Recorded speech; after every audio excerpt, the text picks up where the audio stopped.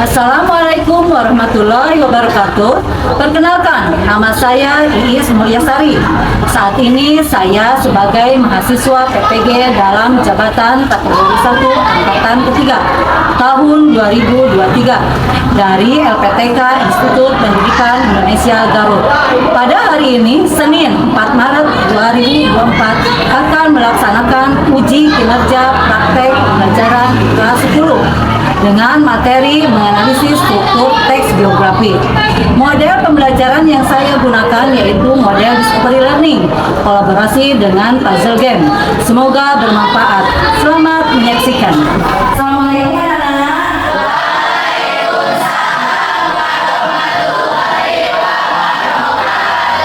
Apa kabarnya hari ini?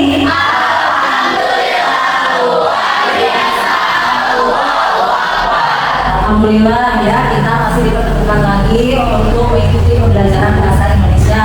Nah, untuk sebelum menginjak pembelajarannya, kita terlebih dahulu berdoa dulu bersama-sama. Silakan pimpin dulu doanya OKM. Ya, pimpin silakan. Siap. Sebelum mulai pembelajaran, mari kita berdoa. Doa mulai. Setelah selesai, doa.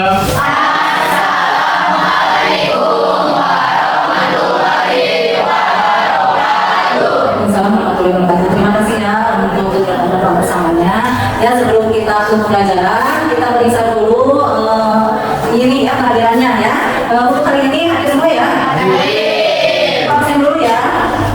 Untuk Benar Nisa, Ai Siti, Akaya, Alif, Asep, Deli, kemudian Bintang, Dela, Dina, Sia, Hana, Iwan, kemudian Indriani, Ayla, Arda, Kesha, Ayla, Lilis, MTV, kemudian Muhammad Asia, Muhammad Riki, kemudian Muhammad Rizki, kemudian Nurul, Naila, Neni, Rahima, Reni, Reva, kemudian Rifa, Lisa, Salsa, Sawa, Sarah, Cindy, Daya, Suci, Nafisa. Ya, semuanya hadir ya. Nah, selanjutnya kita dulu ya, periksa dulu untuk kebersihan kelasnya apakah sudah bersih. Kemudian untuk rapihannya, rapihan pakaiannya kalian sudah rapi? Sudah siap belajar? Semangat? Oke, untuk lebih semangat, mari kita menyanyikan lagu kebangsaan kita bersama-sama, yaitu lagu Maju Tak Gentar.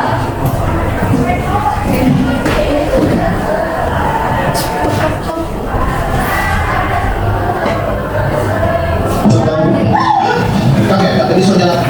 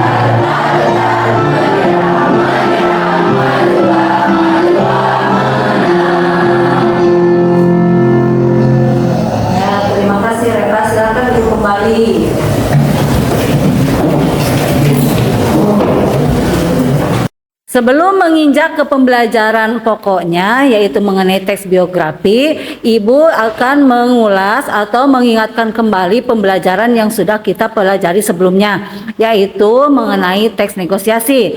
Yang ini masih seputar teks ya. Jadi waktu minggu kemarin kita mempelajari teks negosiasi, kalau sekarang yaitu mengenai teks biografi ya, masih seputar teks ya, ruang lingkupnya. Nah, untuk itu mari sebelum menginjak ke pembelajarannya, apakah masih ingat pembelajaran yang waktu sebelumnya kita pelajari mengenai teks negosiasi?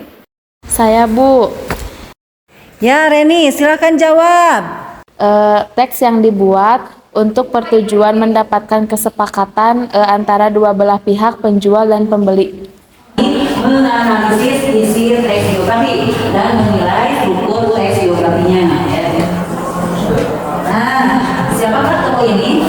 Kira-kira siapa yang tahu tentang tokoh ini? Silakan angkat tangan. Ya, ini ayo.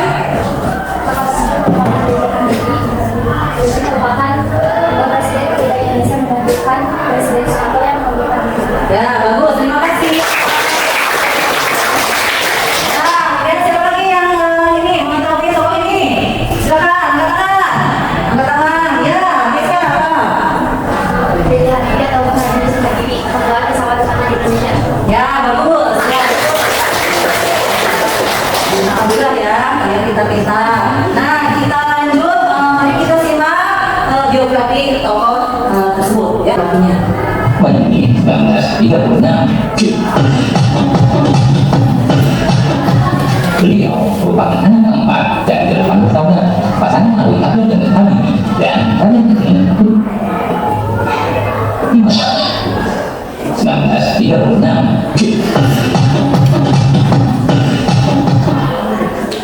Saya ingin Putih Bani Kudowaru masa kecil Habibie dilalui bersama saudara-saudaranya di Pare-Pare, Sulawesi Selatan. Jiwa tegas berpegang pada prinsip telah diwujudkan Habibie sejak anak-anak. Habibie yang punya kegemaran menggunakan kuda ini harus kehilangan bapaknya yang meninggal dunia pada 3 September 1950 karena terkena serangan jantung. Tak lama setelah bapaknya meninggal, Habibie pindah ke Bandung untuk menuntut ilmu di Government University School. Di SMA, beliau mulai tampak menjual prestasinya, terutama dalam pelajaran belajar sastra. Habibie menjadi sosok favorit di sekolahnya. Setelah tamat SMA di Bandung tahun 1954, beliau masuk Universitas Indonesia di Bandung, sekarang di ITB. Habibie menikah dengan Asri Ayun Habibie pada tanggal 12 Mei 1962. Dia dikaruniai dua orang putra, yaitu Ilham Akbar dan Arema. Beliau mendapat gelar diploma dari Teknik School Jerman tahun 1960 yang kemudian mendapatkan gelar doktor dari tempat yang sama tahun 1965. Tahun 1967 menjadi profesor kehormatan guru besar pada Institut Teknologi Bandung. Habibie hanya setahun kuliah di ITB Bandung, 10 tahun kuliah hingga meraih gelar doktor konstruksi pesawat terbang Jerman dengan gelar summa cum laude. Lalu bekerja di industri pesawat terbang terkemuka MBWG Jerman sebelum memenuhi panggilan Presiden Soeharto untuk kembali ke Indonesia. Di Indonesia, Habibie 20 tahun menjabat Menteri Pariwisata atau Kepala BPPT, memimpin seluruh perusahaan BUMN industri strategis, dipilih MPR menjadi wakil presiden RI, dan disumpah oleh Ketua Mahkamah Agung menjadi presiden RI menggantikan Soeharto. Soeharto menyerahkan jabatan presiden itu kepada Habibie berdasarkan pasal 8 Undang-Undang Dasar 1945. Sampai akhirnya Habibie dipaksa pulang lengser akibat referendum Timor Timur yang menjadi merdeka. Pidato pertanggungjawabannya ditolak DPR RI. Beliau pun kembali ditempatkan dengan biasa, kembali pulang di tengah pemimpin Jerman. Namun pada era Presiden SBY, Habibie kembali aktif sebagai penasehat presiden dalam rangka mengawali proses demokrasi di Indonesia melalui organisasi yang didirikannya, yaitu Habibie Center. Dia juga aktif kembali di Partai Golkar sebagai ketua Dewan Penasehat.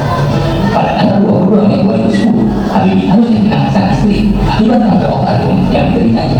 Sebagai bentuk kecintaan Habibie pada mendiang istrinya, ia menulis sebuah buku bertajuk Habibie dan Ainun setelah 320 halaman yang kemudian diangkat di lembaga lebar dengan judul Habibie meninggal dunia di RSPA di Gatot Subroto pada tanggal 11 September 2019 pukul 18.00 karena gagal jantung.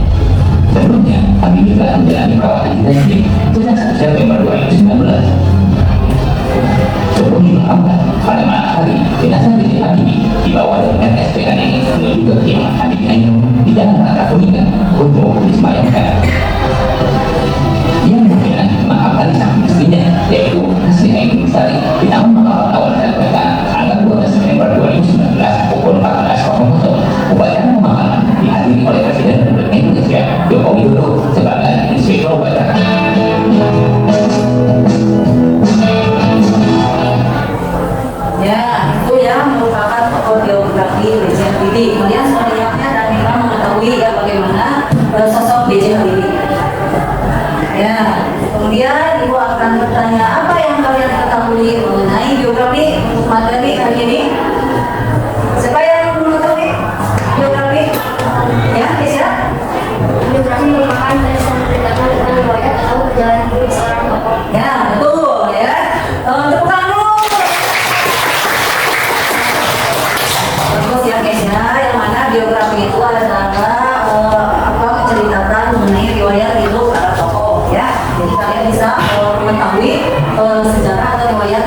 dari mulai dia sekolah ya, kemudian sampai dia sukses ya, kehidupannya juga yaitu ada dalam biografi. Ya, di sini dijelaskan ya, menurut KBBI bahwa biografi adalah riwayat hidup seseorang yang ditulis oleh orang lain. Yang sementara itu riwayat hidup yang ditulis oleh diri sendiri disebut autobiografi. Jadi kalau kita membuat biografi itu adalah kita menuliskan riwayat hidup orang lain. Kalau kita membuat autobiografi berarti kita menulis riwayat hidup sendiri. Ya, paham? Bisa dibedakan? Bagus. Nah, di sini dijelaskan lagi. Umumnya biografi berisi cerita riwayat hidup seseorang yang bisa menjadi motivasi. Ya, misalkan kalau tokoh tersebut bisa menjadi inspiratif buat hidup kalian, kalian bisa mencontohnya. Ya, kalian punya apa tokoh yang menjadi teladan hidup kalian? Punya. Siapa? Ada ya? Ada ya? Masing-masing pasti mempunyai tokoh ini ya, inspiratifnya. Ya, di sini dilanjutkan lagi. Ya, biografi berisi riwayat hidup seorang yang bisa menjadi motivasi. Contohnya seperti tokoh-tokoh terkenal, orang sukses, atau orang yang telah berperan besar dalam suatu bidang yang menyangkut kehidupan banyak orang. Seperti ya orang-orang terkenal, seperti siapa kira-kira ya, yang mempunyai suatu bidang yang menyangkut kehidupan banyak orang. Seperti siapa? Angkat tangan. Contoh siapa? Presiden misalkan ya. Kemudian politikus ya, yang dia ahli dalam bidang politik. Kemudian sejarawan, dia yang ahli dalam bidang sejarah. Kemudian budayawan, dia yang ahli dalam bidang budaya. Gitu ya. Kemudian tulisan biografi mencakup seluruh ruang lingkup kehidupan tokoh yang diceritakan, mulai dari identitas pribadi, tempat kelahiran, informasi latar belakang pendidik, latar belakang pendidikan ya, kemudian riwayat pekerjaan, hubungan ya, hubungan itu adalah pernikahannya ya, rumah tangganya, kemudian kematian dan lain-lain ya. Apa manfaat dari teks biografi ya? Nah, di sini ya dijelaskan manfaatnya itu ya, pertama, satu, lebih mengenal tokoh-tokoh terkenal atau berpengaruh melalui riwayat hidupnya ya. Kemudian dapat melihat sisi perjuangan hidup seseorang hingga mencapai kesuksesan. Kemudian yang ketiga, memotivasi diri sendiri untuk bisa sukses dan pantang menyerah seperti kisah sang tokoh. Kemudian yang keempat, menjadi inspirasi dalam bekerja keras untuk mencapai hasil yang diinginkan. Jadi ada ya kalian manfaat mempelajari teks biografi selain kalian mengenal tokoh tersebut yang menjadi inspirasi hidup kalian dan kalian bisa mencontoh ya kesuksesan para tokoh tersebut. Paham? Kita lanjutkan lagi. Apa ciri-ciri atau karakteristik teks biografi? Nah, di sini satu, berisikan fakta yang didasarkan pada pengalaman hidup tokoh. Jadi kalau isi dari biografi itu pasti ya menceritakan fakta yang mengenai tokoh. Jadi tidak bisa dibuat-buat ya kalau kita menuliskan biografi. Kemudian yang kedua, disajikan dalam bentuk narasi. Jadi kalau kita membuat sebuah biografi yang mana bentuknya itu harus narasi dalam bentuk cerita ya. Kemudian yang ketiga, menceritakan peristiwa penting yang dialami sang tokoh sehingga bisa dijadikan teladan bagi pembaca, terutama kalian ya. Lanjut.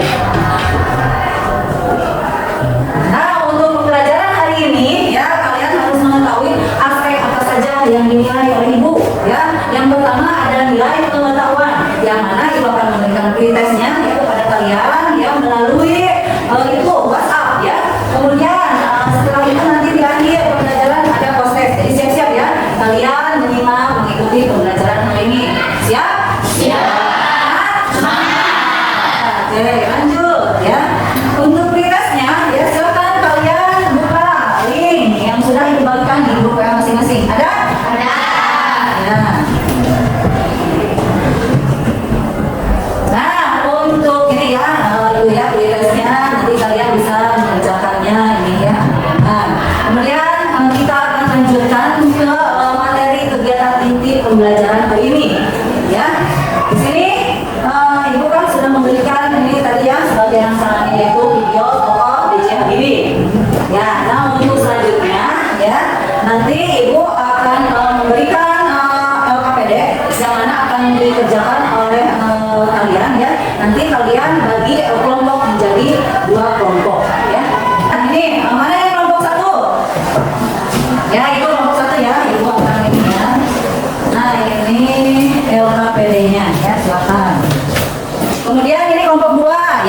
Ini LPD-nya, ya silakan nanti kalian kerjakan bersama-sama ya, bersama kelompoknya.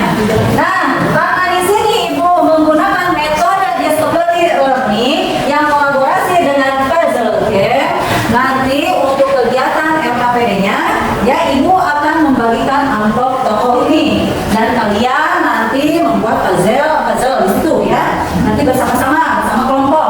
Ibu akan memberikan waktunya selama 20 menit ya. Silakan kalian bekerja sama. Nanti untuk tugas ini Ibu akan nilai kerja sama kalian, tugas kalian bersama teman-temannya ya. Siapa yang aktif, siapa yang tidak ya. Oke, siap? Siap. Untuk teknik pengerjaan puzzle game-nya ya. Untuk tiap-tiap kelompok nanti sebagai contohnya siapa akan mengambil kertas yang ada di meja ini ya. Nanti kalian bertugas ya saling bantu ya dari kelompok ini untuk menyambungkan atau menghubungkan puzzle yang akan kita buat di sana. Yang mana yang pertama itu yang kalian gabungkan itu adalah gambar tokohnya. Kemudian nanti biografinya yang akan kalian gabungkan ya, yang akan kalian lihat di sana. Paham?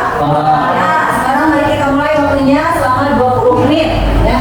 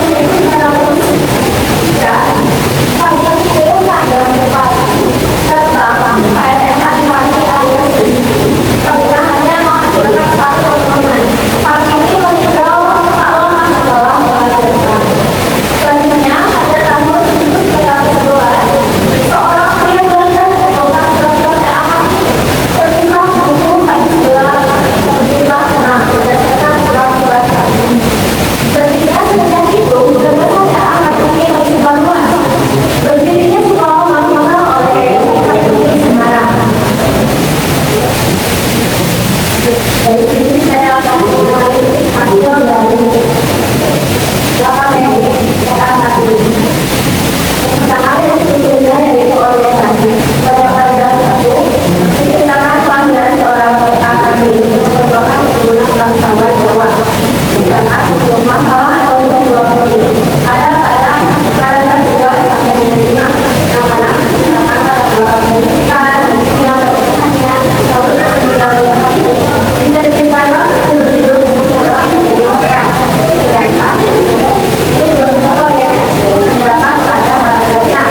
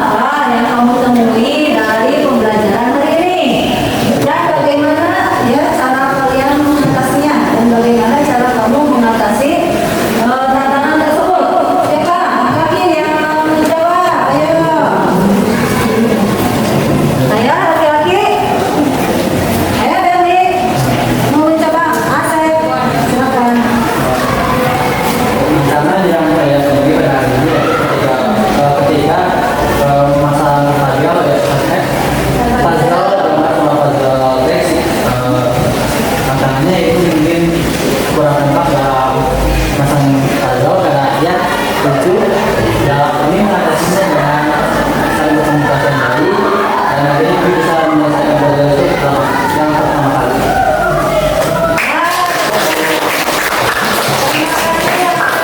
Jawabannya ya. Yang terakhir yaitu yang ketiga, boleh perempuan, boleh laki-laki untuk menjawabnya. Hal apa saja yang akan kamu tingkatkan ke depannya setelah mengikuti pembelajaran hari ini? Silakan. Berdiri, siapa yang mau menjawabnya? Angkat tangan. Hal apa saja yang akan kamu tingkatkan ke depannya setelah mengikuti pembelajaran hari ini? Oke, Hal yang akan saya tingkatkan dan tentunya kawan-kawan juga meningkatkan yaitu kekompakan, komunikasi, dan tentunya pengetahuan. Karena tanpa tiga itu suatu kelompok harus satu salah satu seseorang telah menguasai hal tersebut. Jadi harus ada komunikasi dan kekompakan. siap.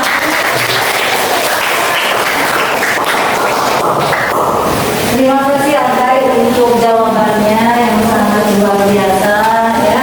Alhamdulillah ya, ternyata kalian pintar-pintar, semangat ya belajarnya untuk hari ini ya. Terima kasih untuk kegiatan pembelajaran hari ini ya. Nah, sebagai penutup ya di kegiatan pembelajaran hari ini ada quotes ya dari tokoh yang sudah kalian tadi simak ya, dari video yang sudah diberikan kepada kalian, dari seorang tokoh besar yang sangat luar biasa, yang menginspirasi dan cinta ya untuk ini ya. Di mana ini quotes itu dari Profesor silakan ini untuk quotesnya boleh dibaca oleh kalian, silakan yang siapa yang mau membacanya? Oke Pak, silakan berdiri. Quotes hari ini, jadilah anak muda yang produktif sehingga menjadi diri pribadi yang profesional dengan tidak melupakan dua hal, yaitu iman dan takwa. Ya.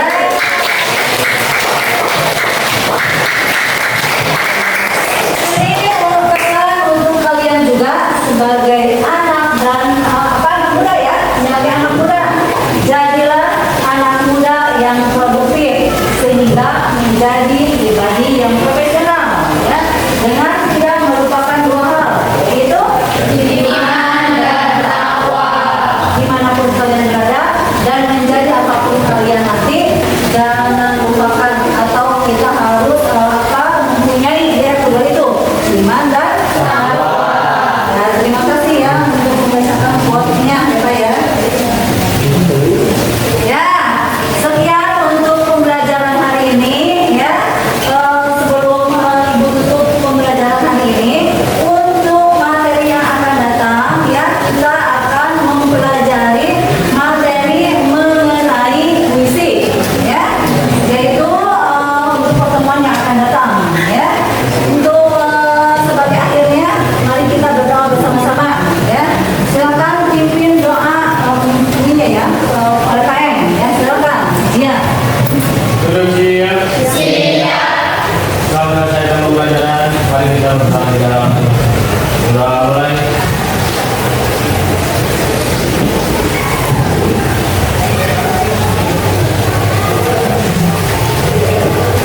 Sudah selesai. Beri salam.